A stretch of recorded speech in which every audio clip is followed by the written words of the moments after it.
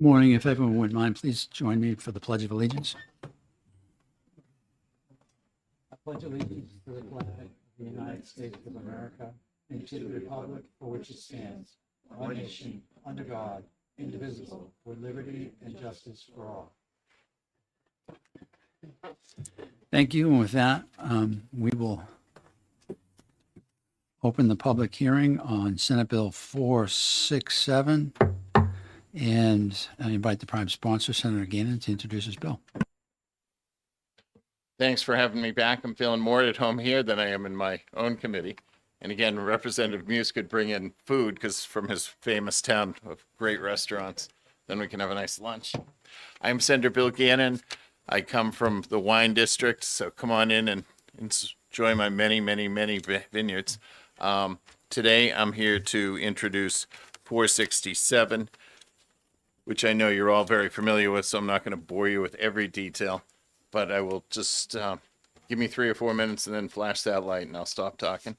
And I'm just going to specify the differences. We'll start with quantities. And again, I know you've all seen this bill 3 or 4 times in the last few years, so we'll keep chatter to a minimum. So we went to 50 milligrams. Why did I go to such high amount? 50 grams. And on the high end for a 7-year sentence, and 25 gets you 3.5. So why did we pick those numbers? So I went to Rochford. Senator Rochford is a pharmacist up in the North Country. He was shocked at the numbers that we had picked, and I said, we're not after small fish. We want to have a big net, and we're more after dealers and higher end, people who are drug dealers. We want to stop drug dealers from selling fentanyl, deadly fentanyl on our street. I was with you the other day and we had very moving testimony on the DUI from many mothers. I did not want to do that again to you or to them because I know the 3 women who came here the other day were very upset. They're going to have a terrible weekend. I have 4 mothers in my district who have lost, in the last 6 or 7 years, who have lost children to fentanyl, who have come to me and said, the person who's in Fremont is a woman. She said, every Friday night I see the guy who sold the fentanyl. He did like 3 or 4 months for another unrelated sentence, a gun violation or something, but he did nothing for his time. He sold the fentanyl to my son. My son's dead. He's doing no time. So it's really about the families and trying to keep fentanyl off the street. I realize it's in the decline for various reasons, but it's still a large number of deaths every year. So the way I look at it, I did not, Senator Muse, I didn't read Crime and Punishment by Dostoevsky. It was too long. It was like 1,800 pages. I might have looked at the Monarch Notes or whatever we called them back in the day, but I didn't read that whole book. But what I did read, and what I do know, is there's like a stool. There's 3 legs to the stool. One leg is rehabilitation. We really want people to get better. Every police officer in the state is not looking to be a bully or make people do time for a drug problem they have. Small fish, we want them rehabilitated. We want them to get back with their families and be on their feet. So even if you go to jail, we want that rehabilitation part of the stool, 3-legged stool. We need deterrence. So if you're a drug dealer, a larger drug dealer than just someone with a small amount of use, we want you off the street. You won't be selling during that time. It'll deter others. They'll see the punishment you got. And then again, I have these 4 mothers in my district who want to see some punishment for the person who took the life of one of their children. And I think that's more than fair. What else so we did change, the quantities changed, but then I learned from your committee, I believe it was Representative Roy's. We looked at his and I'm like, what am I doing? I'm just like the DUI. There were mistakes. We weren't looking at the whole picture. And Representative Roy looked into account that, maybe it's a very small fish. Someone who was just selling a small amount, he took a bag or something with a larger amount he wasn't expecting. So if you're a first-time person, you're not a kingpin in the industry, where's the bill here? If it's your first time, you're not a kingpin, there's like 5 different steps you can take. You're willing to help them prosecute someone who's larger up this food scale of drug dealing and cooperation. You're willing to go through rehabilitation. If you do go through all these steps, you can get out and get a lighter sentence. So it isn't necessarily mandatory minimum. It's mandatory minimum with a plus. So we've tried to improve the bill and have, little sympathy for people who might get caught in what was catching a smaller fish. Again, think of a fish net out at sea if you're into fishing. We're trying to haul up the bigger fish. We're trying to use a little fish to, work to give up the bigger dealer. So again, this is about taking drug dealers off the street. The quantities, again, are huge. So it's enough, the dosage, if you had 50 grams, according to Senator Rochford, my pharmacist in the Senate, it would kill 200,000 people, up to 200,000. Obviously, people have varying tolerances. He said 2 to 250 would be enough to kill someone, pretty certainly. 750 would be enough to definitely do it. So 66,000 people could die if you had tripled the legal dose in that 50 grams. There's the bell. That must be my 3 minutes or 4 minutes. So, no, but I'll stop here. You guys know the bill as well as I do. You've seen the bill before. And Lieutenant, if you want to give your input. So you get a 2 for 1. It'll save a little time. Sure. Chairman Roy, members of the committee, my name is Lieutenant Derek Cataldo from the Manchester Police Department. Testifying on behalf of the New Hampshire Association of Chiefs of Police in favor of the bill. What I do with our department, I work in our Special Enforcement Division. We do street level and addiction enforcement as well as investigating larger scale trafficking groups. So what this, from our perspective, this bill is designed to combat drug trafficking and drug sales. And I think a lot of times when people think of that, they think of the kilo level dealers, the large shipments of drugs. But on the things we see on the street level are street level dealers selling in volume to make money. And a lot of the ones that we've investigated over the years are based in Boston and Lawrence, and they come into our state and city of Manchester, and sell to our residents to make money. And the reason they do this is, for instance, right now, a gram of fentanyl in my city goes for about $80. If you buy 10 grams at once, we see the price in Lawrence about $75. So these organizations that have access to larger amounts, the more you buy, the less the per gram cost goes down. So they will buy large amounts from their suppliers, and they will come up and sell to the users in the city and make a massive profit. I was in our division doing detective work in this area in 2018, and I investigated a group out of Boston who would come up every day at 10 a.m. They would open, they would sell all day long, gram level amounts to street level users. They would close at 8 p.m. They go back to Boston. We did a long-term case, and now I'm back in the same division 7 years later, investigating a similar group with the same exact MO.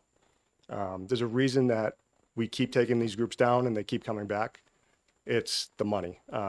And the aggregation language in this bill is a massive game changer for that, because like I said, they sell very small amounts, and the folks doing the selling for them carry very small amounts. It's like a dispatch style group. And from our view, that is where this has a lot of teeth, because it will discourage the runners from working for these groups, and it will give state level penalties that are, in my opinion, reading other similar laws in New England, the strongest enforcement for fentanyl in New England. It'll make New Hampshire a very inhospitable place for them to do business. And like the senator said, there are cases where some users will end up being runners, or folks pool their money and they buy 20 to 30 grams because it's cheaper for user level reasons. This bill has what I would describe as like kind of a safety valve for that. There are ways that those folks can get around, or not around, but exceptions to the mandatory minimums. And I think those are pretty fair. They're pretty realistic. And as long as the only one that is prohibitive is a violent crime conviction in the past 7 years. All the other ones are largely in their control, as long as they're not, the supervisor or selling press pills, which are extremely dangerous. So the target of this bill, again, is the dealers and distributors, and there are very realistic and very attainable ways for users who get caught up in it to have some relief. So for those reasons, I certainly hope you support the bill, and happy to answer any questions. Thank you. Any questions for Representative Muse? Can I say one more thing first? Absolutely. So I look at this as equitable also. If you, doesn't matter who you are, black, white, you're from a city, you're poor, everyone's going to get the same treatment with this bill. In the past, that in the 60s and 70s, it got to when there was a heavy punishment and they didn't really care about you being rehabilitated at all. In the cities where there was major amounts dealt, they were more looking to, it wasn't fair. They were going to in a city and they were arresting minorities disproportionately. So that's where the mandatory and they were looking that these people were getting sentenced, which they were, disproportionately by being there where they are. Their race put them in a place, their income put them in a certain place. This is going to treat everyone equitably. Representative Muse, go ahead. Thank you. Thank you for taking my question. I know that under our current statutes, judges have discretion to sentence people who are convicted of offenses like this to up to 30 years. And so my question for you is, what's not happening now in our system? Is the problem the judges? I'll let you start. You're in the court every day. I would say and I think Attorney Karkos is here. I'm not sure if he's going to testify on this, but for the amounts of like in this, and if you have someone who's selling, say, gram level amounts over and over and over again, a lot of times there are individual cases, and yeah, the sentences can be up to that, but we're just not seeing that for what this bill would kind of bring forward. To answer your question, I would say, yeah, I wouldn't describe. I'm hesitant to say that's a problem. It's just the system that we have, and the standards for the sentencing are just not up to what this bill would bring it to right now. So we're just not commonly seeing those sentences that I think would be persuasive to people on the street to avoid this type of behavior. And again, we're hoping that if you get a small person and they cooperate, we're hoping to move up the food chain and get the bigger fish in the game. Thank you. Seeing no further questions, thank you. Thank you very much. Chair calls Representative Pearson.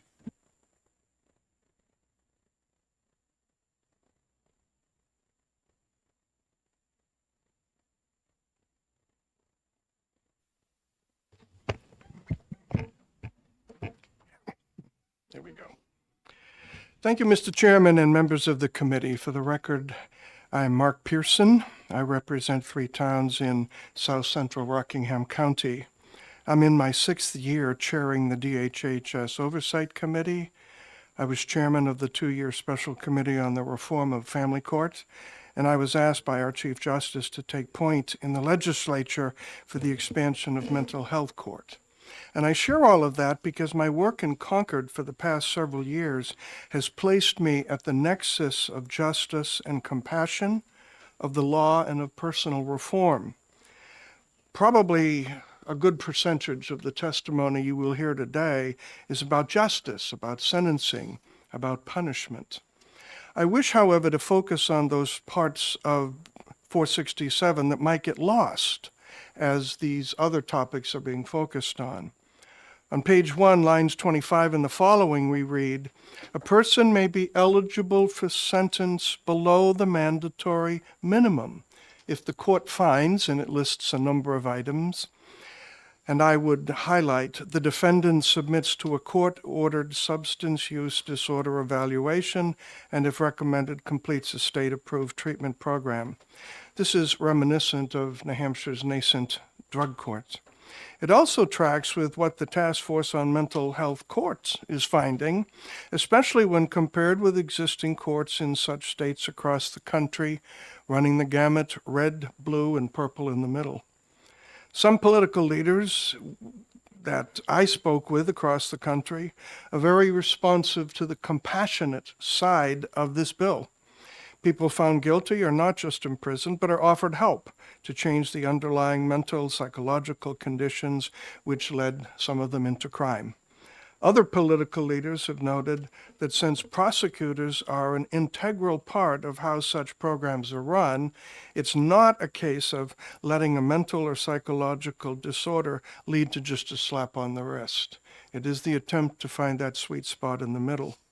People across the political spectrum note that those who successfully complete a program are less likely to become repeat offenders, harming others, damaging property, and costing the state money for additional police work, court costs, and sometimes public defenders' fees and more. My wingman in the Mental Health Court Project is Representative Buzz Scher, a Democrat from Portsmouth. And both of us have been asked numerous times, how do you two work together? And our answer is quite well, thank you. Because we're both in our 70s, we're both graduate school professors, but especially we both agree that justice and compassion, incarceration and treatment belong together in a balanced whole. And our extensive research into such programs across the country demonstrated to us how they're bearing much fruit. So amidst the discussion of mandatory sentencing, please do not lose sight of what the bill also contains, the possibility of restoration. They go together, and this bill has both. And I encourage the committee to vote OTP. Thank you, Mr. Chairman. Thank you, Representative. See no questions? Oh, yeah, you may. Go ahead. Sorry, Representative Miller. Thank you for taking my question. I'm actually sitting in for Buzz today, so Representative Scher today. So I guess we have to work well together now too. We will profit from it, yes. I had the good fortune on Tuesday to attend the drug court graduation in Stratford County, and saw 6 folks who have invested that time, worked through their rehabilitation. 2 of whom it was not their first effort to do so, which was impressive that they stumbled and yet still found the strength and internal fortitude and pathway and support to get through that program. And I understand the compassionate aspect of that. What I'm curious about is how we can reconcile that against that already exists. And so saying we still have an out with the mandatory minimums to still use this thing that already exists. I mean, good that we're not taking that away, but it's hard for me to see this as adding compassion into the system as opposed to almost barely maintaining the status quo. And so I'm wondering if you can help me try to reconcile that. Probably not. Okay, thank But you. I would suggest the one who wrote the bill answers the question, because I had that question too. But then, looking at the bill as a whole, I would want the compassion part to be in the specific bill and not just say, we're only going to focus on this half, because that could give the impression we don't care about the other half. So even though this bill is very similar to drug court on the ground, I'm glad it's in here. Fair. Thank you. Thank you.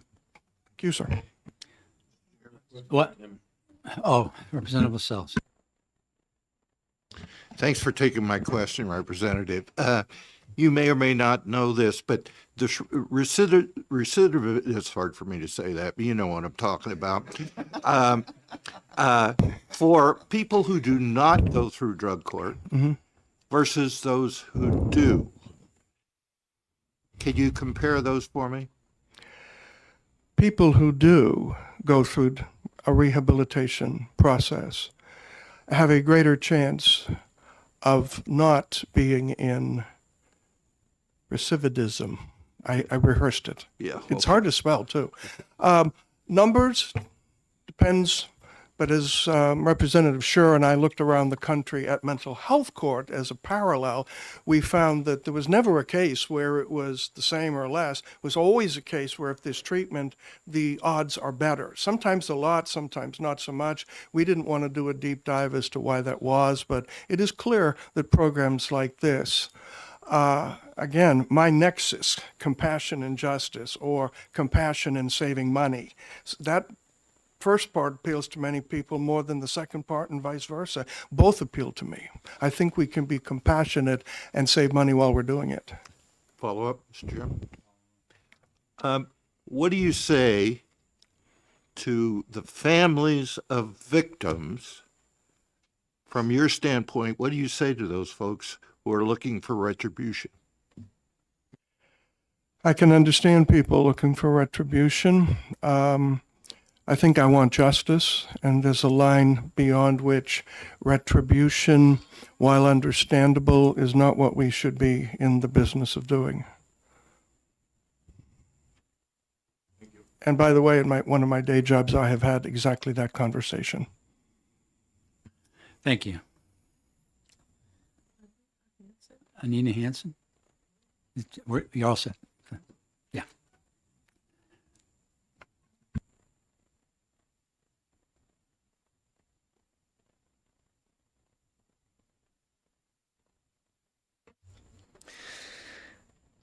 Good morning, Mr. Chairman, honorable members of the committee. My name is Anina Hansen. I'm from Peterborough. I'm a person in recovery from alcoholism, and I'm testifying in opposition to SB 467. 10 years ago, my life partner, Phil, was arrested during a solo heroin buy. His multiple prior convictions for possession meant he automatically faced a 3 to 5 year sentence. He waited in prison for 6 weeks, and then his case was heard before a judge. Phil argued on his own behalf, speaking candidly about his decades-long struggle with drug addiction and asking for one more chance to make good. The judge said yes. Phil left prison that day and never returned. Clean and sober, he spent the next 5 years of his life doing more to help addiction recovery and prevention in New Hampshire than many people will accomplish in decades. Then in 2021, he experienced an untreated mental health crisis that culminated in a relapse, and he died of a fentanyl overdose in a drug den in Manchester. What a tragedy, losing such a powerful advocate to the very circumstances he had devoted himself to helping others overcome. And speaking of retribution, what an injustice that somewhere out there, some guy is just going around doing his thing who sold my guy fentanyl with death resulting. Losing the amazing man I had planned to grow old with gives me more reason than most to support serious criminal consequences against fentanyl possession and especially death resulting. And I absolutely do. But I oppose mandatory minimums. A decade ago, if mandatory minimums as proposed in this bill had been in place, Phil would have gone straight to a multi-year prison sentence and we all would have missed out. But because he stood before a judge, he got to express his readiness to change. He was given a chance to do so. He went on to found a recovery center, to help found a recovery center that's still operating in Laconia. He opened multiple sober houses that are also still operational that have helped God knows how many men find sobriety here in New Hampshire. He even won a seat in the New Hampshire House of Representatives and helped improve our state's addiction policy by speaking to what's possible, that people do recover. And to me, that's what we're forgetting with mandatory minimums, that there are repeat offenders who don't have any intel to spill on the local drug trade, but when the time is right, they will heed their wake-up call and make good. It was crucial for Phil to get that opportunity to stand before a judge. And that's the part that I don't want to be lost. And because he stood before a judge instead of just dealt with a prosecutor, he was able to indirectly help thousands of New Hampshire residents recover or just have various benefits. And he directly impacted many who told me after he died that Phil had saved their life. I deeply appreciate the intent of this bill. And there are many legal changes that our state can make to better address the fentanyl crisis, but imposing across the board mandatory minimums is not one of them. The Phils of the world are too valuable to be sacrificed. So that's why I'm asking you to vote no on SB 467. Thank you. Thank you for your testimony.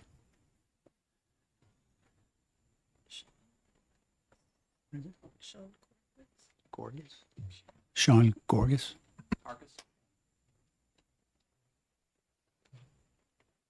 Hello, everybody. Thank you for allowing me to speak here today. I've been a prosecutor with the Hillsborough County Attorney's Office for the last 6.5, 7 years now. I have been the lead of our drug prosecution unit for the last 5 years. I am acutely familiar with the 318B statute. I live in that statute every day. And I think it's fair to say that I've prosecuted more drug trafficking cases in this state over the last 5 years than anybody else. In that time, I can tell you that there are not a lot of cases that would meet these mandatory minimums when it comes to the trafficking. It's relatively rare that we are able to catch somebody who's selling 20 grams at a time or selling 50 grams at a time. The vast majority of sales that we see in New Hampshire are those 1 gram, 2 gram, maybe 10 gram sales cases. So this isn't going to be a net that catches everybody. And more importantly, this isn't a net that's necessarily going to catch people who are struggling with addiction. If somebody has 25, 30 grams on them, we still have the burden as prosecutors to prove that they had the intent to sell those 20, 30 grams. And that, as we all know, proof beyond a reasonable doubt it's not easy to prove that. We need clear indications that they are going to sell that. And like I said, it's a difficult task. So this would not be catching those who are simply struggling with addiction. This is targeting those, my position, that it's targeting those who are selling to the significant level, selling to dealers. These are not people that are selling to users. Typically, we don't see users on most occasions buying these quantities. It is people who are buying these quantities to then sell to others.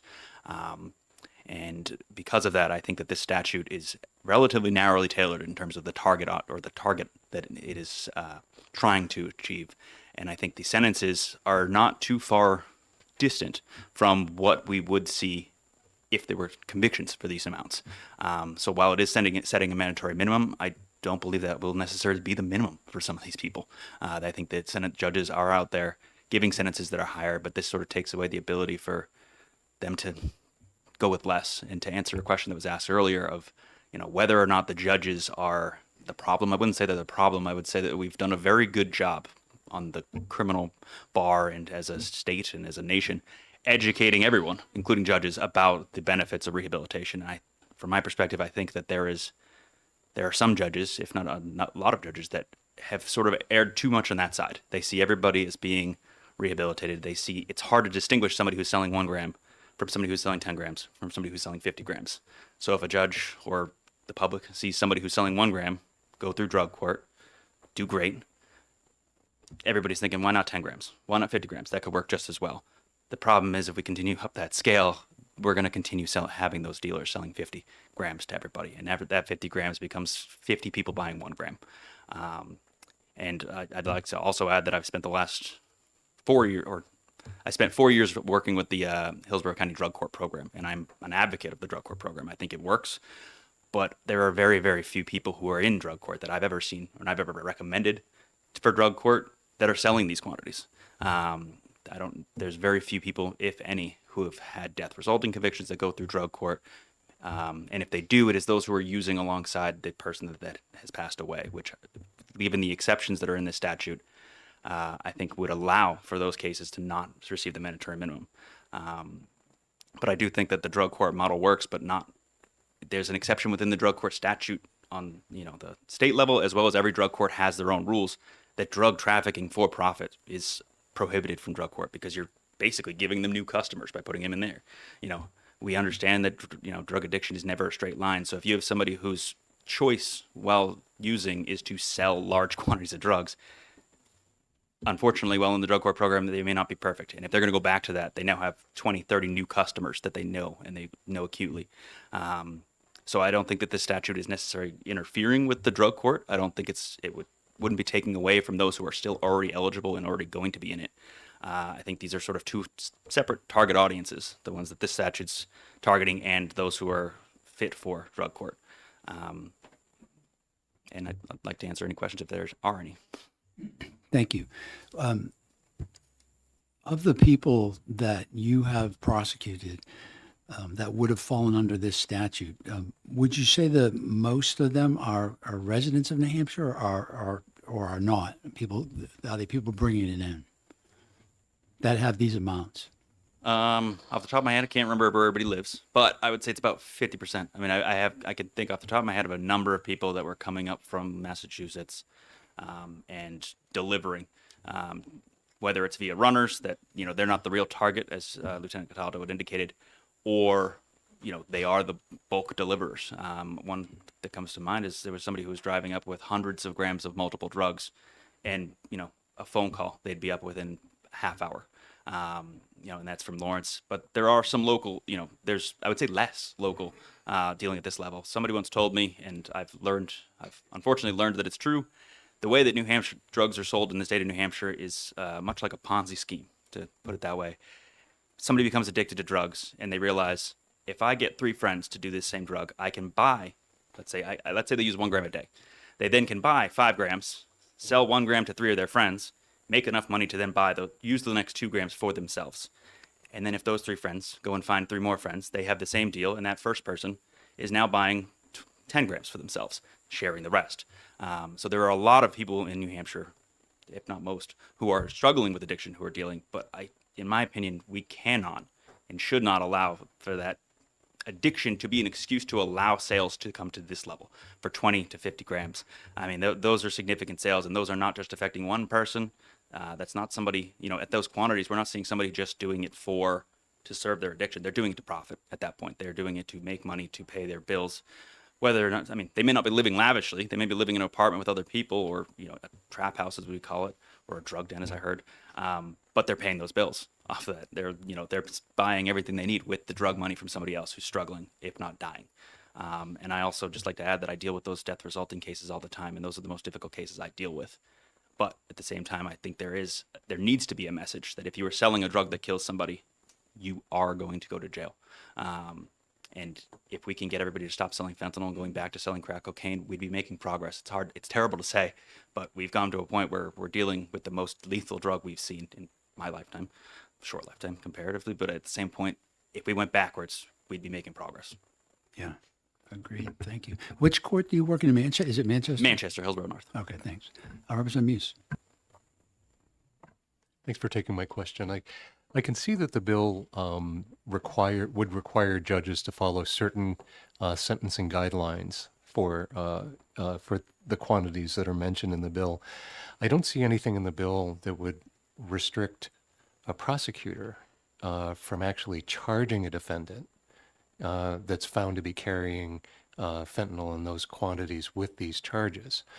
So usually prosecutors have wide discretion when it comes to charges like this. Is there anything in the bill that would impact prosecutorial discretion?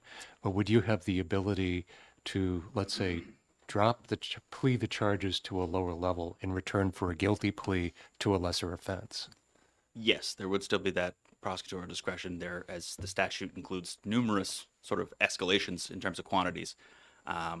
There would be nothing in my mind that would prevent a prosecutor from, when they indict it or when they amend the charge, to say that the person was in possession with intent or selling over 5 grams rather than over 20 or over 50. That would sort of reduce or take away that mandatory minimum. I can envision a situation where I would do something like that if somebody's cooperating. I would reduce the exposure that they could be facing. They may still go to a, capped, or what we call a naked plea, to the judge, but that maximum is reduced. So in this situation, there would be some discretion for the prosecutors to make that, take that ability, but also at the same time, they would have that discretion to use it, to bring it when there was a need. There was somebody that, really had risen to that level. And I just want to make clear this, it isn't going to, this wouldn't be used for somebody who just has 50 grams in their pockets. I think that's not enough to prove to a jury beyond a reasonable doubt that person was going to sell that 50 grams. If somebody has 50 grams, they might be willing to sell 10, might be willing to sell 20, but we need to prove that. And weight alone, in my opinion, is not enough to convince the jurors. Jurors want to know what, they need beyond a reasonable doubt, whether there's cash, whether there's a ledger, text messages that show they were going to, that's one thing. But without that, if it's just somebody walking down the street who bought that in bulk for a month's supply, those aren't people that are going to be convicted of this. And given the mandatory minimums, I would imagine that their attorneys are going to take this to trial, and we're going to have to go through that burden, which is a high burden. Thank you. No further questions. Thank you for your testimony. Thank you. Jeffrey Odlin.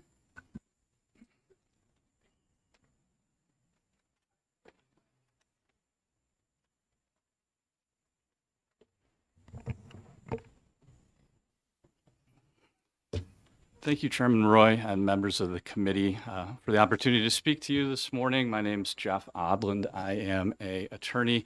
I practice in Manchester, New Hampshire, and I am before you today in my capacity as the president of the New Hampshire Association of Criminal Defense Lawyers in opposition to this bill. I want to address a few concerns that the Association of Criminal Defense Lawyers has with respect to this bill. But before saying that, I can tell you that I'm a lawyer in Manchester, I'm a resident of Amherst, and I've been dealing with drug cases in the New Hampshire courts for the last 17 years.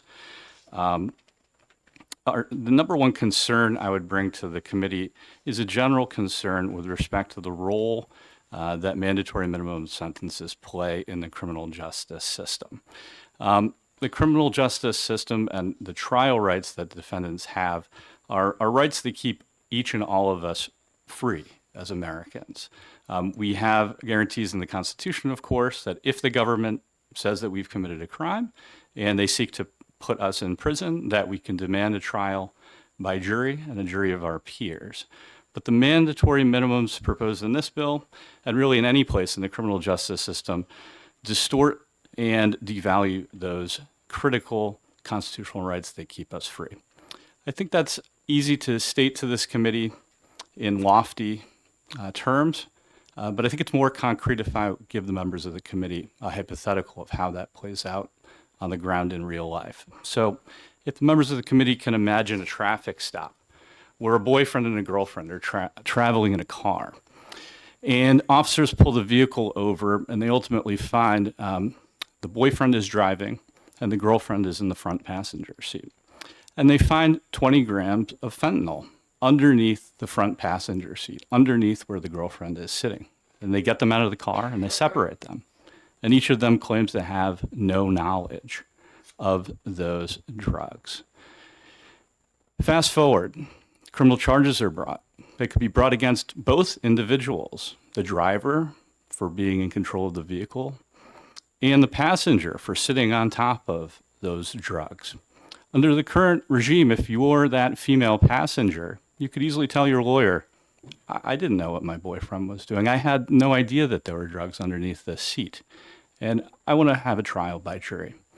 And the lawyer would tell you that there's a substantial risk. If you lose a trial, you could be sentenced to as much as 3.5 to 7 years in prison. If you have a prior conviction, up to 15 years in prison. But even if convicted, you could also seek the mercy of the court. You could engage in rehabilitation, and you'd have some chance of avoiding jail. You could exercise your rights and not be punished for doing so. Now imagine under the future bill in a world post SB 467, the same female defendant speaks with their lawyer. And the lawyer explains to them that they have the right to go to trial, but the prosecutor's offering a month in jail. If they take a plea, they'll get rid of the mandatory minimum. You can spend 30 days in jail, waive your rights. Or you can take your chances at trial. But if you lose at trial, you're going to do 3.5 years in prison. What is the rational choice for any defendant to do in that case? Spend 20 to 30 days in jail or risk it all, their entire future, their livelihood, potentially custody of children, their housing? People will waive their rights to a jury trial, and this will erode the basic freedoms we all have to be tried by a jury of our peers. The second issue with mandatory minimums from the position of the Criminal Defense Lawyers Association is that they fundamentally shift power out of the hands of our judges and into the hands of prosecutors. The criminal justice system in America is different than the system that they have in other countries in a critical way. It's an adversarial system. It's a system of advocates. And I stand before you as an advocate. I represent individuals accused of crimes.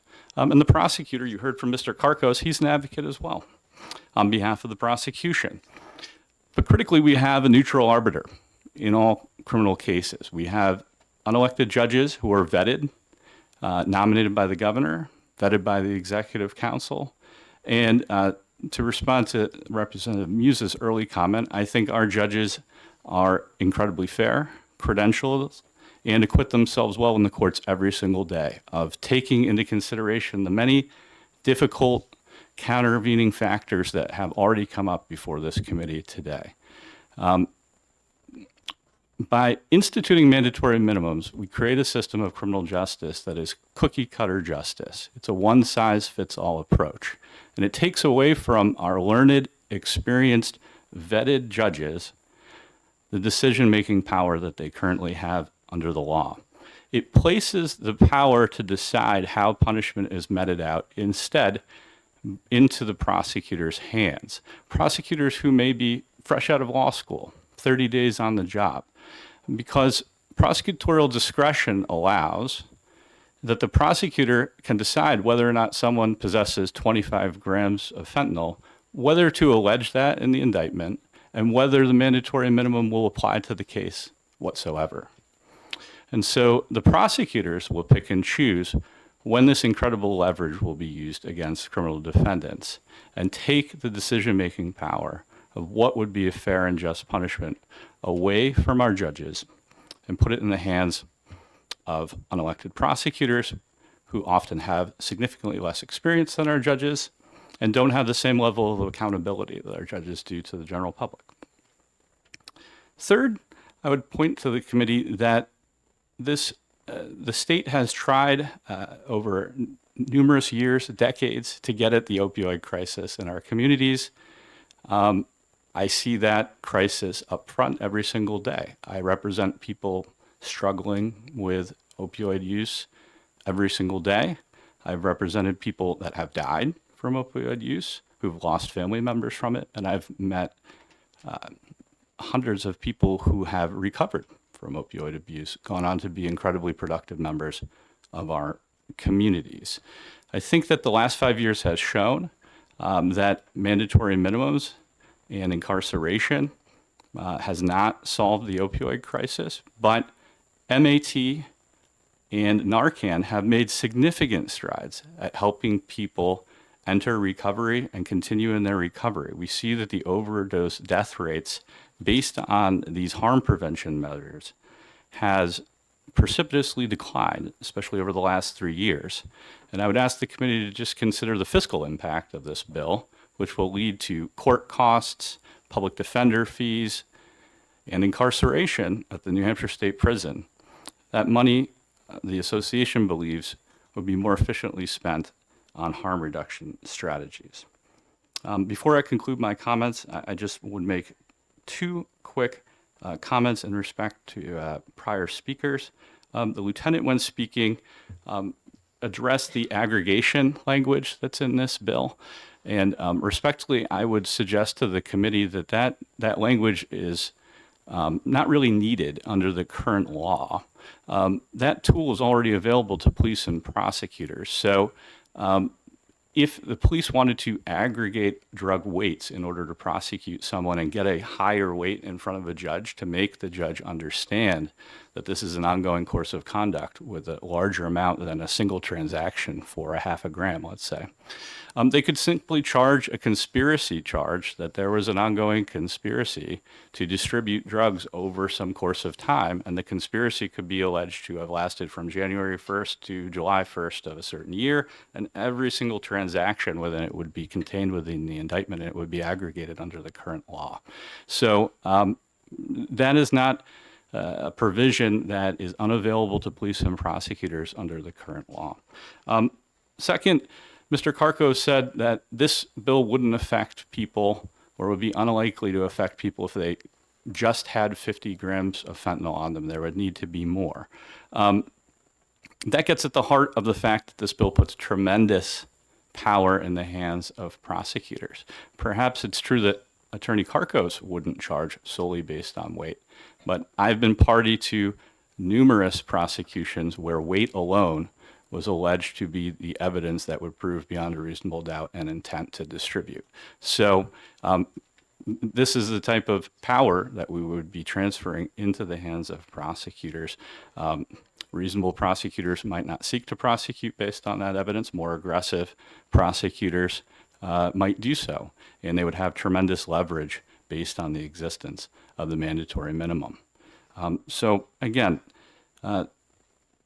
we would ask the committee to vote no on this bill We believe that it erodes the right to a jury trial. It transfers power to decide what is a fair and just sentence under any circumstance away from our judges and places that in the hands of prosecutors. And I'd be happy to answer any questions that the committee might have. Thank you. With regard to your comment about the conspiracy, is it not true that you'd also have to indict the co-conspirators? And I mean, you can't just indict one person on a conspiracy without a.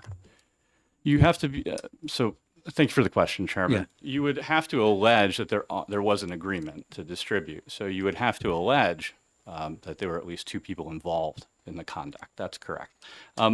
There would not necessarily need to be an indictment of, prosecutors have the discretion to say there was a conspiracy amongst four persons, Mr. Jones, who's now been indicted, and, unindicted co-conspirators 2, 3, and 4. So there wouldn't necessarily need to be an indictment of everyone in order for it to be aggregated, but you're correct that there would need to be more than one person.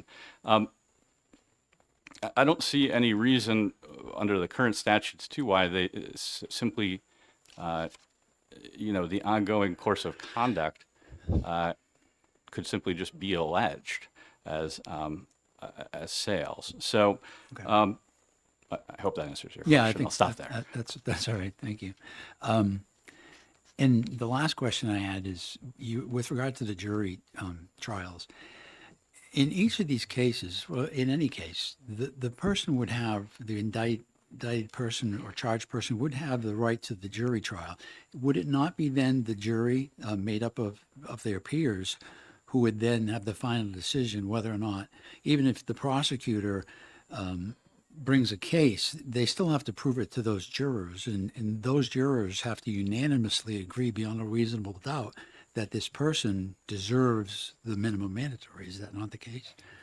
So punishment, it would not be determined by the jury. And in fact, the jury is explicitly instructed in the standard New Hampshire jury trial instructions that the jury, it's improper for the jury I agree, to but consider. what I'm trying to, I guess it's jury nullification. I mean, the jury knows what the punishment is going to be, unless they, I don't know. I would tend to think most jurors know what the punishment would be on a guilty, especially if there's minimum mandatories.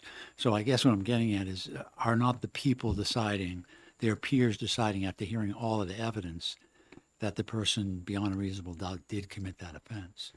So typically, Chairman Roy, even if a criminal defendant attempts to run a jury nullification type argument to the jury, the lawyer would be prohibited from telling that jury what the punishment is under a law. I don't know that I could speak anecdotally to my sense of how often jurors do or don't really know.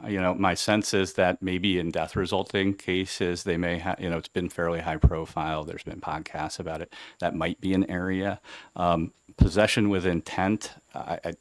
Would a jury know that was the consequence? I tend to think it's unlikely, frankly, but that's just my sense of it, quite frankly. But really the jury's focus is simply, did the person possess with intent or did the person sell or transfer the drugs?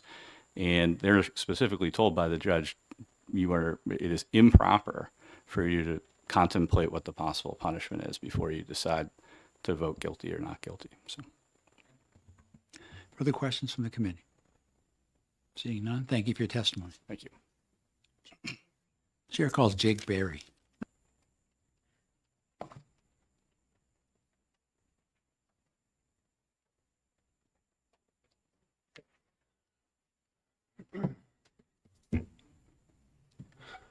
Good morning, Mr. Chair, honorable members of the committee. My name is Jake Berry. I'm the Senior Vice President at New Futures. As many of you know, New Futures is a nonpartisan, nonprofit health policy and advocacy organization. We've been working for nearly 30 years to help address substance misuse and addiction issues in our state.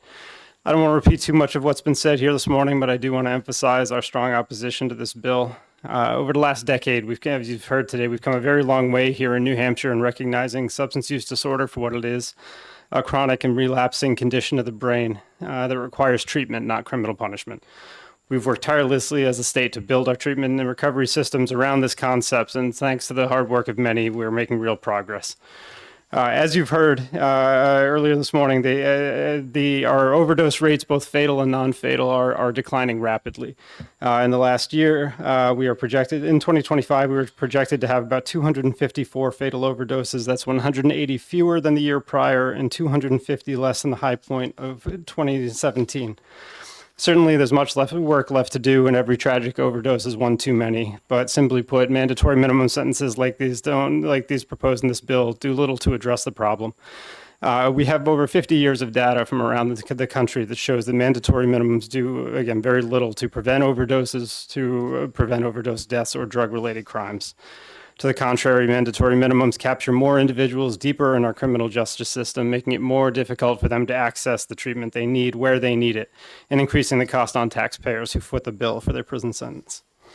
Certainly, as we've heard today, I understand these bills are intended primarily to capture large-scale cartels or dealers. But the fact is that it's impossible to draw a hard line. Other people here today will be able to speak to it better than I can, but many individuals caught up in dealing themselves are users supporting their own use and the use of the community around them.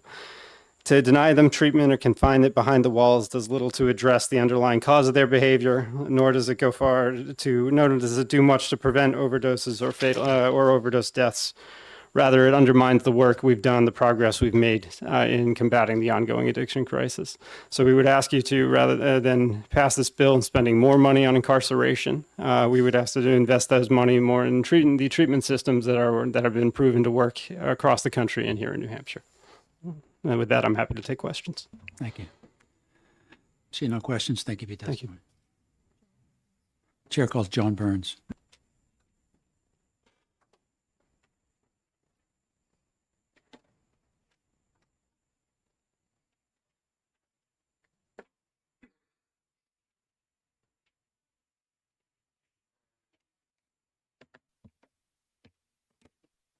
Morning, and thank you, Mr. Chair, and thank you to all the honorable members of this committee. Appreciate the time. My name is John Burns. I'm the executive director for SOS Recovery Community Organization. We're based in Stratford County. We have centers in Dover, a center in Exeter. We run a workforce development project with a restaurant in Somersworth. And I'm here in opposition to SB 467. I'm also a person with lived experience with drugs, of experienced homelessness, of bought and sold drugs as part of my survival strategy during that time to avoid getting sick.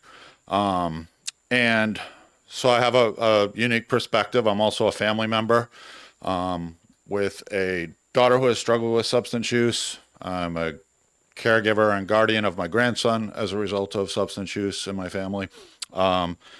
And so I have a lot of unique perspectives and on a daily basis work with people who use drugs and people who are in recovery seeking to maintain that recovery. The use of mandatory minimums has gone on for decades. The research around it shows it doesn't work. This isn't something from the 60s and 70s. This primarily was from the 80s and 90s, and it has continued until now. The disproportionate impact is still significant to this day. And for instance, in 2021, there was a meta-analysis of over 116 research studies that showed that mandatory minimums do not provide a deterrence.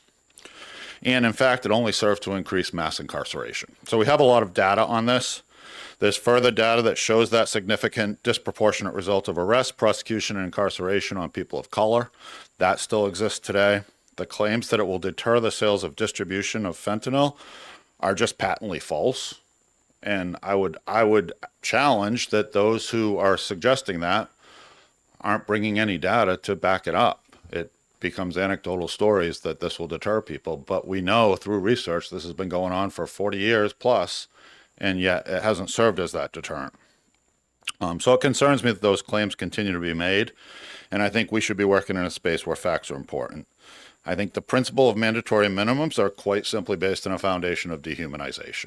And I appreciate that some of these exceptions have been put in this bill, but it requires that all of them are met. And so this isn't just simply like, oh, if you go to treatment, you won't face the mandatory minimum. There's 6 or 7 that all have to be met as a requirement to avoid those mandatory minimums. And it's still, and this bill still takes away the discretion of judges. But I want to talk specifically today about one thing that hasn't been covered, which is in this bill as one of those conditions, and that is to become a confidential informant, essentially. So it's that cooperation with law enforcement. And quite frankly, these mandatory minimums tend to serve as a way to simply help prosecutors progress by coercing people into becoming confidential informants. And I've worked with a lot of people who have been put in that spot. And oftentimes they're at a point where they might be considering making a change, or they are in recovery even. And the ugly underbelly of being a confidential informant is that you're disposable to law enforcement at that point. So your role is to go out, and if you're in recovery, it is to go make buys, which means you are now handling the drugs that got you there in the first place, that you're trying to rehabilitate yourself from. So think about that. You're putting people in a position to buy and sell drugs that might be maintaining their recovery. It's not exactly a safe environment for them. You're also putting them in a position, even if they are continuing to use drugs, where the peers around them, if they recognize that that's going on, it puts them in danger, because obviously reporting others in those circles can be very dangerous in those peer circles. Drug use is a community event. People who use drugs typically do it within a community.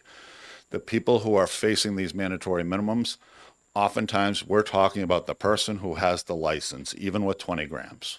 You know, most of the people that I work with who are still using drugs, their average daily use of fentanyl on the low end is probably 1 gram a day, typically more like 2 or 3, and sometimes up to 5. So when you think of 20 grams, we're talking about somebody who has the license, who has the car, who's going down to Lawrence and picking up drugs for 4 or 5, like they've pooled money from 4 to 6 or 7 or 8 people. And yes, they're pinching off some for their own use. It's something like, as a person who uses drugs, there's times in my life I've done that. And that was just to support my own habit, and because the other alternatives might be theft, or they might be other activities that are also not particularly healthy. Nothing in this is gonna deter somebody who's using drugs from doing that activity, because they're gonna get really sick if they're not using those drugs. So the other side of this too is people who become confidential informants, once they stop, the community often can recognize that, because they were arrested for some pretty serious charges, and all of a sudden they're released. It's not like, this isn't like TV where these individuals are put into protective custody or sent somewhere off where they're hidden. This isn't like a high murder like type protection that they're given protection from that. The community generally can recognize when somebody was a confidential informant, because, like, why did those charges go away? So now they're being, and at that point they're disposable. So for the prosecutors and law enforcement, we're done with you. We found a little bit of a bigger fish as a result of this activity. Thanks for your help. Good luck. So I worry about this bill will serve to encourage that activity rather than support people who need help. And we have made some significant progress with the overdose crisis, as has been repeatedly here today. We're seeing overdose deaths decline. It's not as a result of incarceration. We have 40, 50 years of data that shows it's not because of incarceration. It's because of things like harm reduction, things like recovery support services, things like treatment, and the cost of putting somebody in prison for 3.5 to 7 years or more is extraordinary compared to what the cost of giving them adequate resources. And I would also challenge to look at the death resulting charges in this state, because I've seen many of the people I know who are certainly not high level or even mid-level sellers. There are people who have shared drugs that are going to prison for long periods of time, even with the judge's discretion. And let's take a look at the people who have gone to prison for death resulting and see how many of them involved a quantity of 20 or 50 grams or anything along these lines. It is not. These are low-level people who use drugs, who got caught up and shared their drugs and somebody died. And I think most of those who use drugs wouldn't want to see that person go to prison for that long of a period of time. Like, most of us know that most of us that have used drugs over the years, we know that they're dangerous. We know that we could die of an overdose. We're not looking to see that. And as a family member, I wouldn't want to see somebody else's life ruined if it happened to one of my family members. So thank you. Thank you for your testimony. Chair calls Rachel Potter.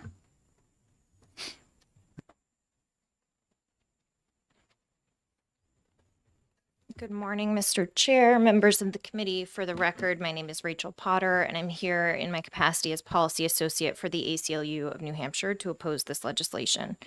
So this is not the first time this legislation has been filed. It's not even the first time that it's been filed this term. For nearly the past decade, legislators have been filing these bills, and the legislature has rejected them. They have filed them with the intention to fix the opioid crisis, but all the while, New Hampshire has actually been investing real money and resources into actually working to fix the opioid crisis, and we have seen results. From more access to Narcan, as others have mentioned, easier access to substance use treatment and clinical services through the Doorways program, and the work of amazing nonprofit rapid response teams, we have seen real changes. Opiate deaths have been cut in half since the similar legislation was first filed a decade ago. What we are doing is working, and this legislation sets us back. While this legislation is often framed as advancing deterrence, punishment, and rehabilitation, mandatory minimums have repeatedly failed to achieve these goals and instead produce unfair, counterproductive outcomes that undermine public safety and civil liberties. Decades of research, as others have mentioned, show that increasing the severity of punishment has little deterrent effect compared to the availability of treatment and prevention. And New Hampshire's own experience really bears this out. Our progress in this area did not follow the creation of mandatory minimums. It followed investments in treatment, recovery, prevention, and harm reduction. And mandatory minimums do not just set a sentencing floor. As others have mentioned, they shift the power from judges to prosecutors and distort the plea bargaining process. When a mandatory minimum is on the table, it becomes a powerful lever to pressure people to plead guilty to avoid the risk of a lengthy sentence at trial. Some people refer to this as the trial tax, and it means that people may plead to something else even when they have viable defenses because the stakes are just too high. And the result is less transparency, fewer cases tested in court, and sentencing outcomes driven more by leverage than by individualized justice. And as for rehabilitation, mandatory minimums are fundamentally at odds with it. Rehabilitation requires that individualized assessment of a person's substance use disorder, their treatment needs, their family ties, their housing situation, and the risk level. Mandatory minimum strips judges of the ability to tailor sentences and often interrupts treatment and recovery. Long periods of incarceration can destabilize someone's employment, housing, and family connections, all of which are key to long-term recovery and reduce recidivism.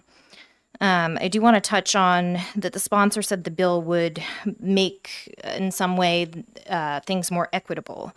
And I'm confused at that because people of color are arrested at disproportionately higher rates than relative to their population in the state. Some reports up to 3 to 4 times arrested at 3 to 4 times greater percentage than white folks. And so I'm just confused at how this bill would impact that at all. It also is a mistake to assume that laws like this only target high-level dealers, as others have said.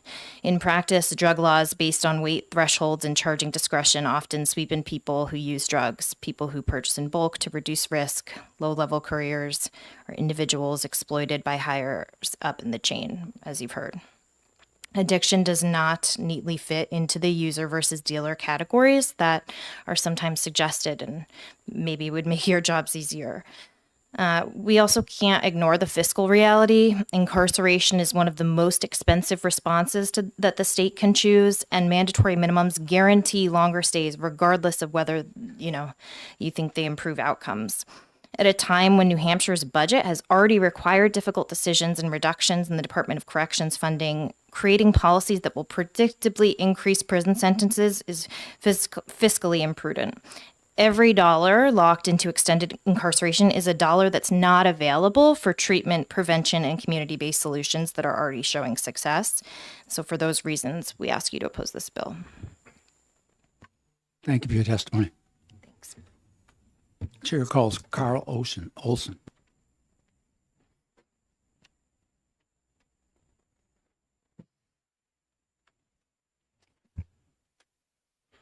Good morning, Chairman, members of the committee. My name is Carl Olson. I'm a colleague with Sean Karkos. I work at the Hillsborough County Attorney's Office. I've been there about 5 years. I'm also a resident of Manchester. I actually live in downtown Manchester, so I have a kind of a personal up-close view of addiction in that sense. I've been a practicing attorney in New Hampshire since 1990, about 30 years as a defense attorney, a little over 30 years, 14 of which was as a public defender throughout New Hampshire. So as you heard, Sean runs the drug unit at the Hillsborough County Attorney's Office. I run what's called the ECR, or the Early Case Resolution Unit. So the lawyers that work for me, we handle 90 or 95% of all the simple possessions that come out of Hillsborough North. And it's not just the possessions, it's the ancillary felony type level crimes that go along with that, the low level ones, the nonviolent ones, the retail thefts, the forgeries, the things like that. And so I have a slightly different perspective of it because, possessions almost always start with my unit. I only kick them out or move them up to Sean when there's clear evidence that there's possession with intent or sales and things like that. But what I will say is, and I'm going to defer to Sean in regards to the support of the bill. I know my boss, John Coughlin, does support this bill. But I want to address a couple of things that I've heard both Attorney Ogden speak about and the ACLU speaker say. And I want to say I've known Jeff personally, and I really respect him.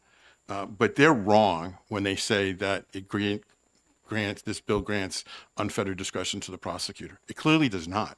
If you look at beginning at the 9th line of the bill, it clearly states that a judge can make certain findings.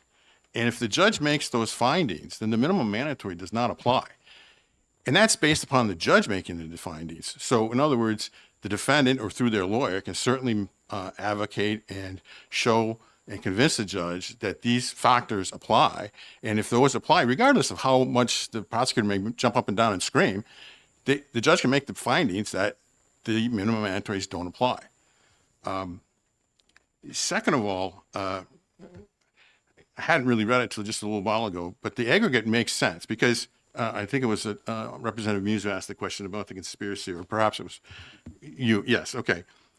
So first off, conspiracy is a separate crime. Is a separate and distinct crime. In order to charge somebody with a conspiracy, there has to be an agreement to commit a crime, and then there has to be at least, I believe it is 2 overt acts in furtherance of the conspiracy.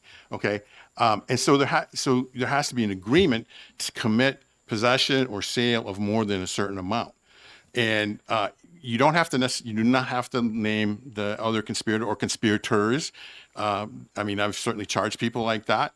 As unknown conspirators and things like that. But you could be charged with both conspiracy and the other underlying offense and be convicted and sentenced consecutively on them. They are complete and separate crimes.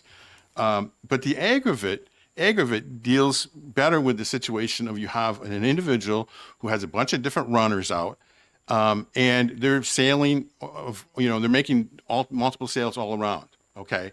And trying to somehow show that there's an agreement with all of them to engage in that when you're just telling to addicts and things like that, that creates a huge proof problem. And there are protections in it too, because the aggregate says, we have to look at a 90-day time frame. So it's really getting at the people who are engaged in sales, and that is a huge difference.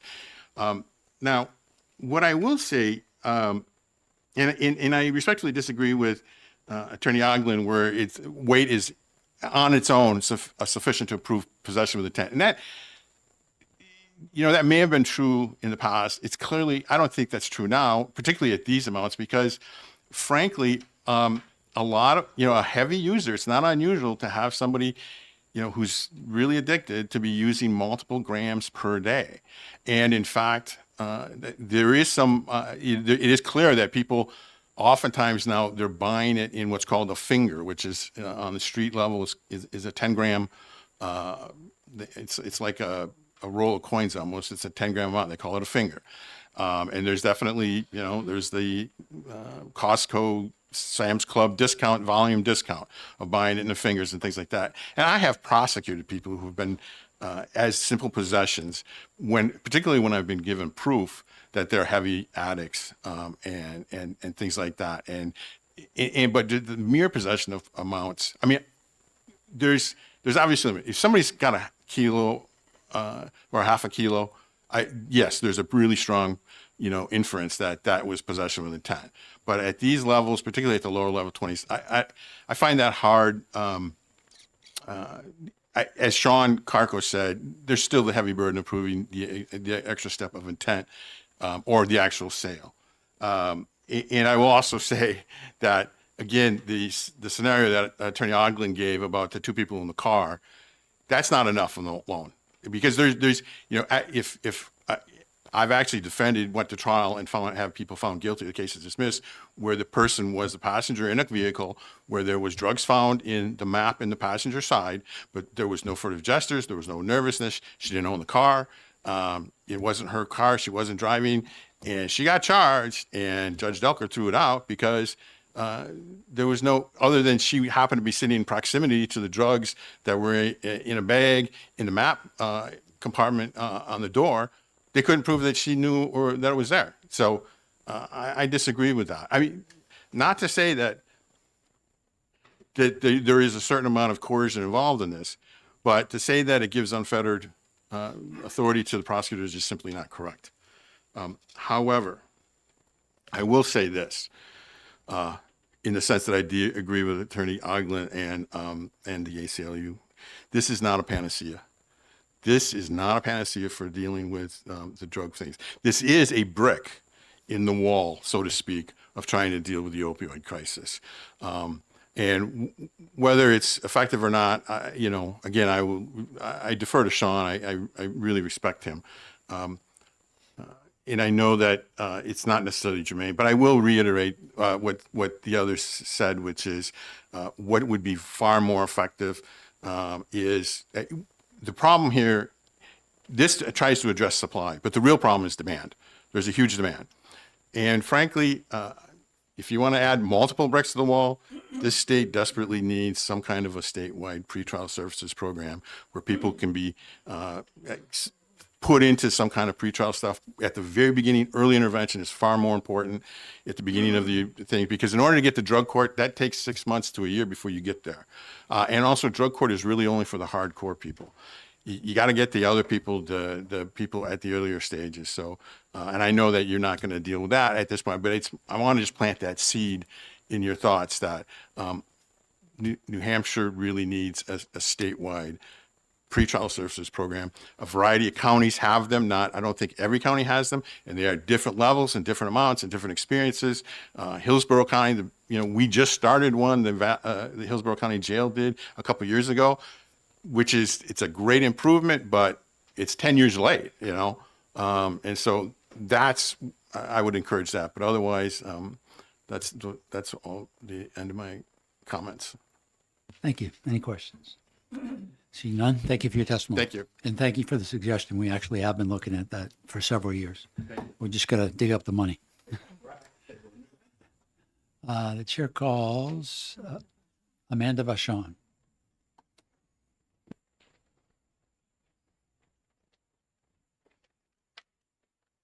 Good morning, Committee Chair and honorable members.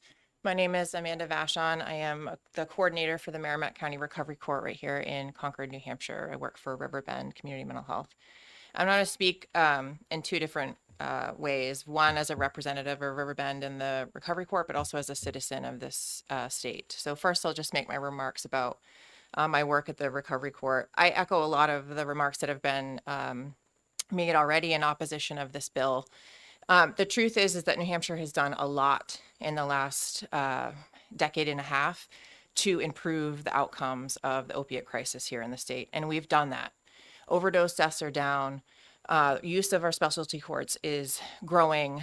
There's a lot of positive things that are happening. It's obviously not going to solve the program in its or the problem in its entirety. However, mandatory minimums have been around for, as previous speakers have said, for decades. There's decades of research on mandatory minimums, and they do not accomplish what the emphasis of this bill is trying to accomplish. And so as I've been sitting here, I've had the luck of the draw of being called later in the testimony. So I've been able to listen to a lot of what's been said already. And it does beg the question, as someone listening, why there's been representations about new carve-outs so that we don't target people who are just simply addicted, that we utilize specialty courts in the state for that. My question back to that is, why then, what is the value represented here in this bill?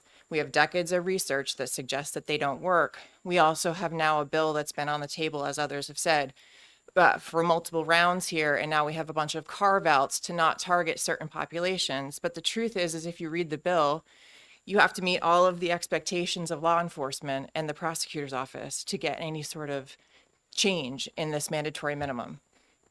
You are coercing people in that scenario. There's no way around that. And I just want to be clear that that does not help our specialty court programming. It does not help us get people into long-term recovery. I often will counsel people when I do assessments to determine whether someone's eligible to do our program or not. And one of the things that I tell them is that if you think this is a get out of jail free card, you're wrong. Because what was required of you to get through specialty court is to actually fundamentally change what you do, how you cope, who you spend your time with, where you live potentially. That is not sitting in a jail cell.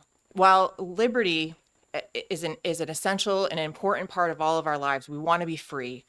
Sitting in a jail cell does nothing to change somebody's pathway to addiction or out of it. In fact, it's much more likely that person comes out of prison and they are either worse, criminally minded than they were before, or their addiction is right where it was left off, and they are much more likely to engage in the same behavior that got them there in the first place. So if we're thinking about things like death resulting, what we want that person to do is take ownership of their addiction and change their behavior so that they do not have that same public safety risk when they're back in the community. And I hate to say it, but they don't stay in jail forever. So eventually they're going to come back to us. So I'll take that Riverbend hat off because I want my next comments to be as a citizen. I live here. I have a family of 2 children in college, middle-class family. I work in social services, so obviously I don't get paid a ton. And I worry about the costs associated with what we have on the table here with this bill.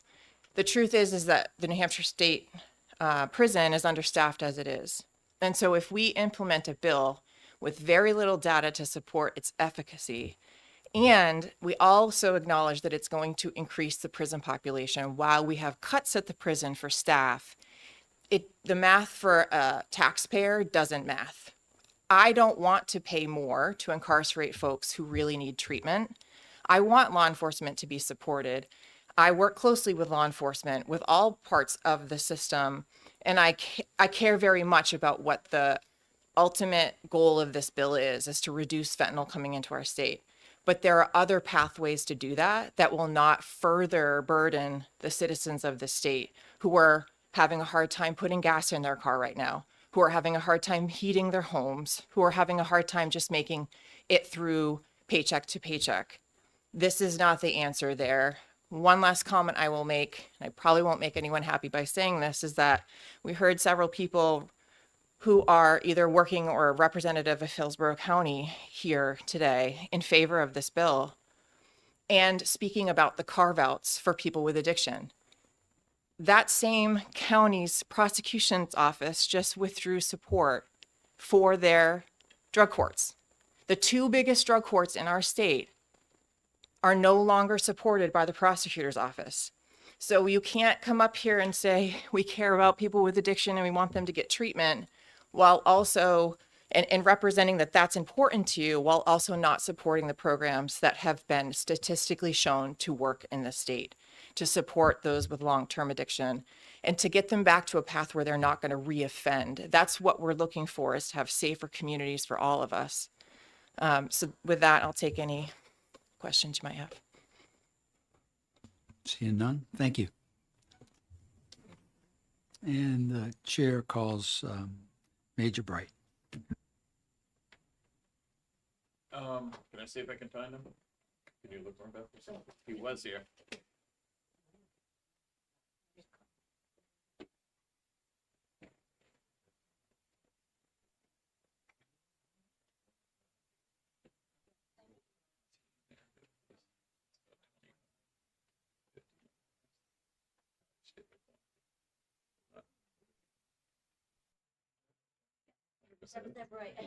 I think he left.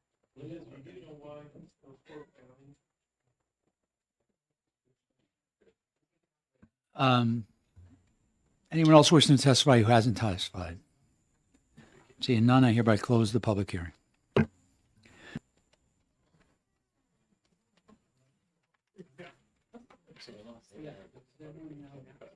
Does everyone have the amendment I passed out early this morning? Yeah, on the alcohol. What is that? Oh, that's for after. Thank you very much. Yeah. Yeah, where is it? You have the amendment? I had many copies and now all of a sudden all my papers are in there. I don't get when it's.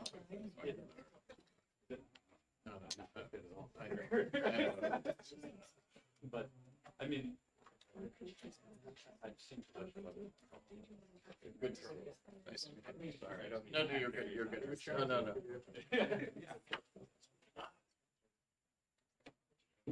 Okay, does everyone have the amendment? On SB 620? Yep. To the what? Oh, you mean representatives? Oh, I'll wait. That's all right. I'm just going to do a quick vote and then we can get out of here. We'll do everything else.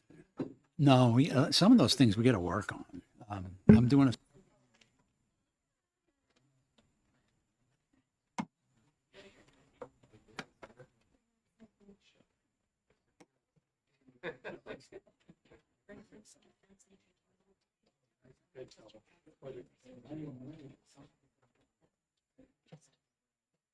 I know I had you somewhere else in my head the other day.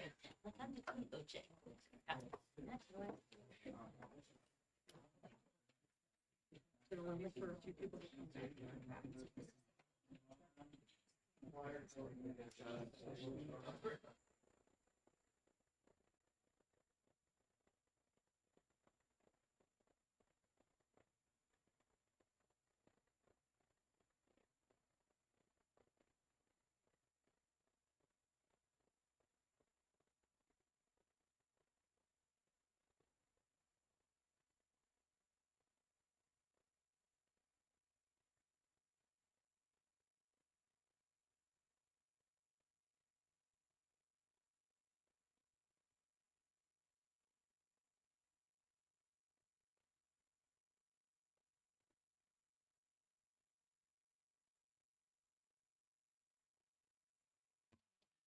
We're going to reconvene in 15 minutes.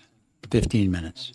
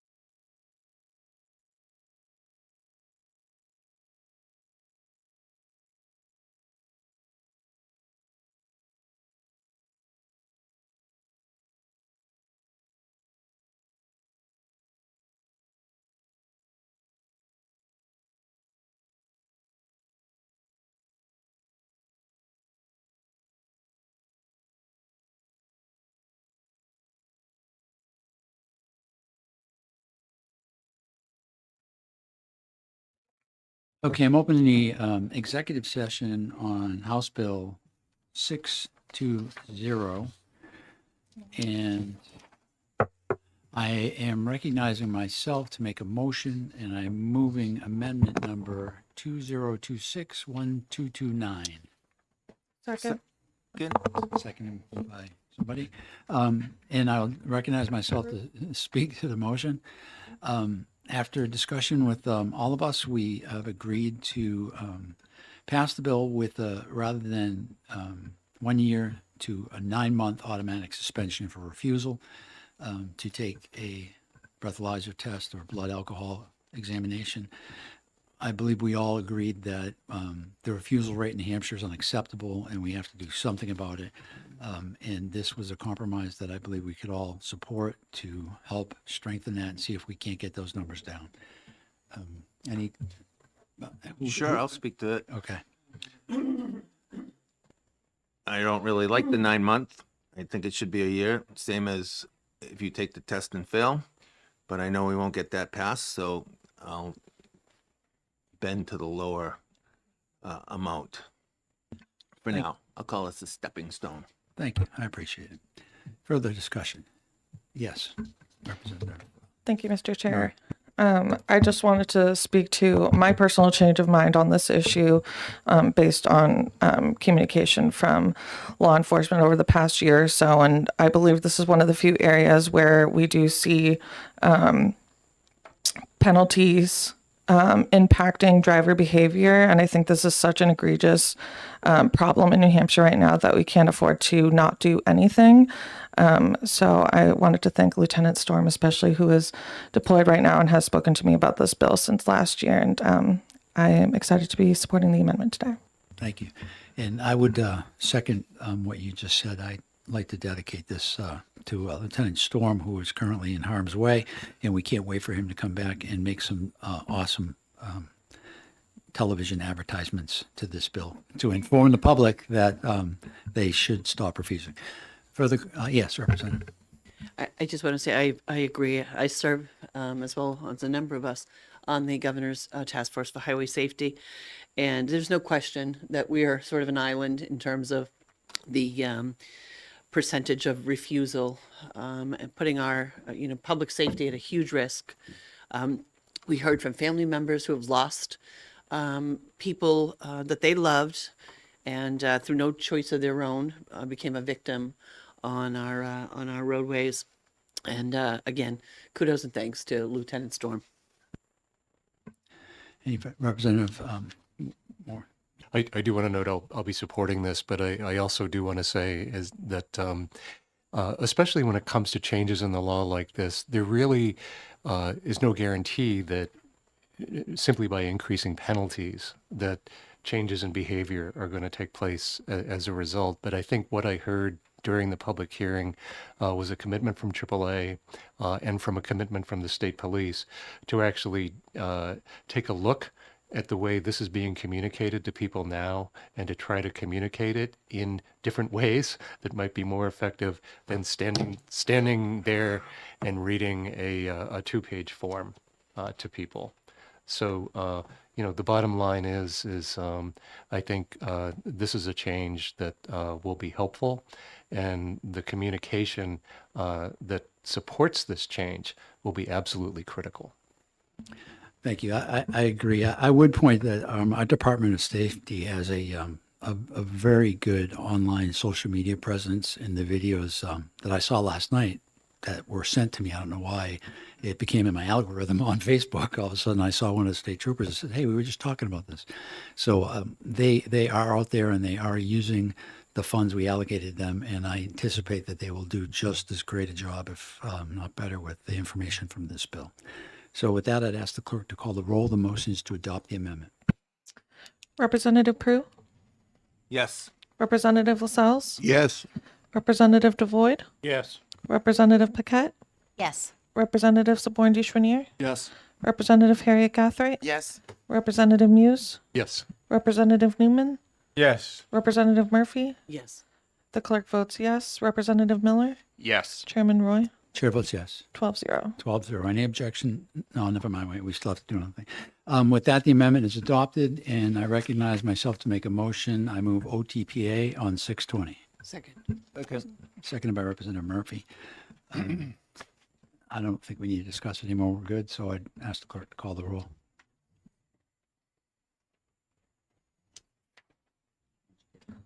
Representative Prue, A reluctant yes. Representative Lascelles, Yes. Representative Devoyd, Yes. Representative Paquette, Yes. Representative Saborn Duchenier, Yes. Representative Harry Gathright, Yes. Representative Muse, Yes. Representative Newman, Yes. Representative Murphy. Yes. The clerk votes yes. Representative Miller, Yes. Chairman Roy, Chair votes yes. 12-0. 12-0. Any objection to consent? Seeing none, we'll go on to consent calendar, and I close the executive session on Senate Bill 620. All right, what do we got?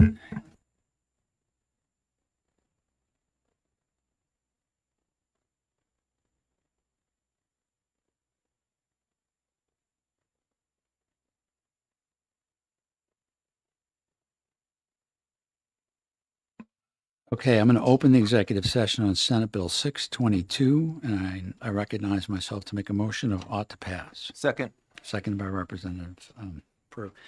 I would say that what we heard from both the sponsor and the banks, this identification and change in classification is necessary to keep up with what's going on as far as especially the elderly, I heard, that are being targeted with this identity fraud, and some of them are losing their life savings. So this isn't a matter of necessarily increasing or making harsh penalties. This is enabling our law enforcement to be able to properly address the crime as it's being committed. So I think it's important that we pass this bill. Would you like to speak to a second? No, you covered it quite Further well. discussion? Mr. Chairman? Yes, sir. Speaking for my compatriot Ray Newman, we are the elderly, and we can very much relate to this. So I would wholeheartedly support that. I thank you. I have a bridge if you wanna buy Representative Newman, did you want to say anything about that? Or? No. Sometimes that's the best answer. With that, I ask the clerk to call the roll. The motion is ought to pass. Representative Prue, Yes. Representative Lascelles, Yes.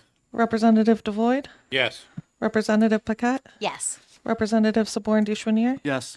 Representative Harry Gathright, Representative Muse, Yes. Representative Newman, An elderly no. elderly no. No? Just checking. You said no? I did say. Okay. Representative Murphy, Yes. the clerk votes yes. Representative Miller, Yes. Chairman Roy, Chair votes yes. 11-1. 11-1. Do you object to consent, Representative Newman? Do you object to consent? No, I do not, and I'd like to change my vote to a yes if I'm allowed. You are so allowed. We let the record reflect that Representative Newman. I think he We had a, understand that. During the vote- elderly thing. yeah, he had a senior moment there. With that, I close the executive session. It will go on consent. All right. What was the next one? 521. Okay, that one. You want to make the motion on that?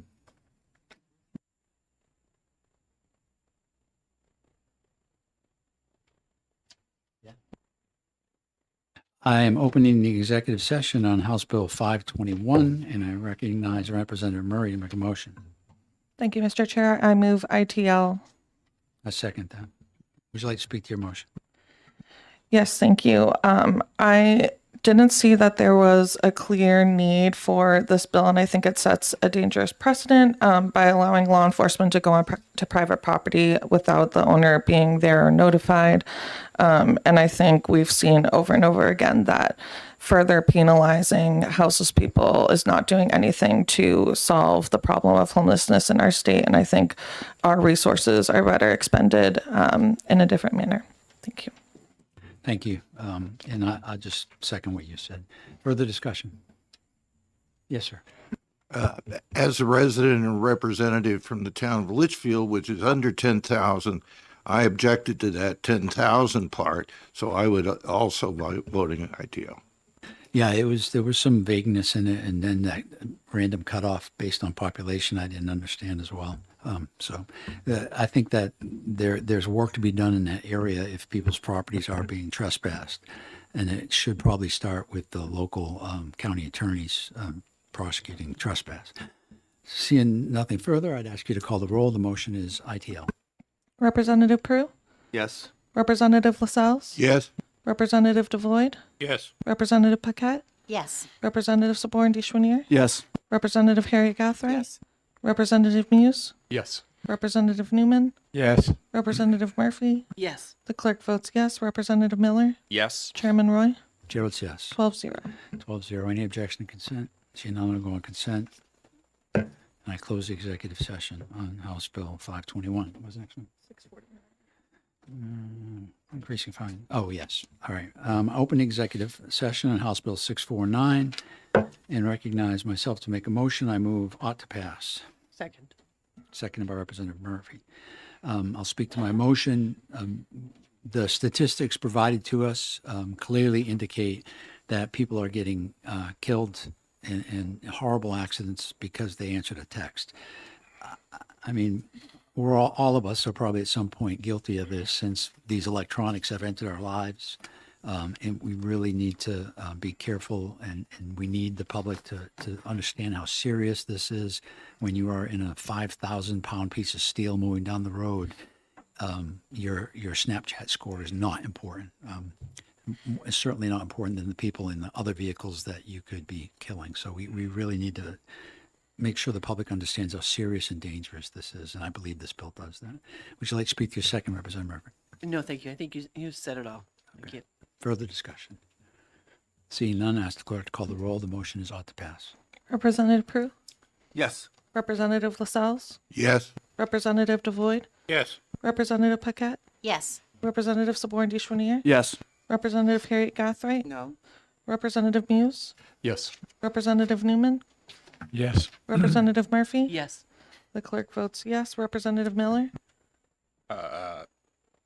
Yes. Chairman Roy? Chair votes yes. Is there- 11-1. Wasn't do you real object to prepped on this one, consent, sorry. Representative? Okay. Seeing no objection, it will go on consent. I close the executive session. I think that's it, right? Not yet, because we may be doing an amendment to see if we can come up with some. We want some information. Okay, with that, we're done for the day. I'll see you guys in 2 weeks. I'll schedule a further something, 2 weeks. Which one's that? Oh, the hearing, no, we were discussing a possible amendment. So in a couple weeks, we will look and see if we have an amendment that we can actually do in this committee. We discussed earlier getting some information from the courts, and we were talking about a letter.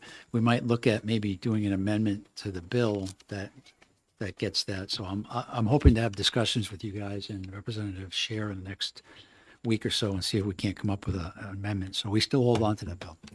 Are we thinking about Wednesday or Friday? I'm actually thinking about maybe like a Tuesday. Do you guys want to stick to the end of the week schedule, or would you rather? Because we're the Wednesdays. Wednesdays. Yeah, okay. We only need one more meeting. We don't have any more Senate bills that I'm aware of, although I am about to go investigate because some bills appear to be in the wrong committee that should have been here.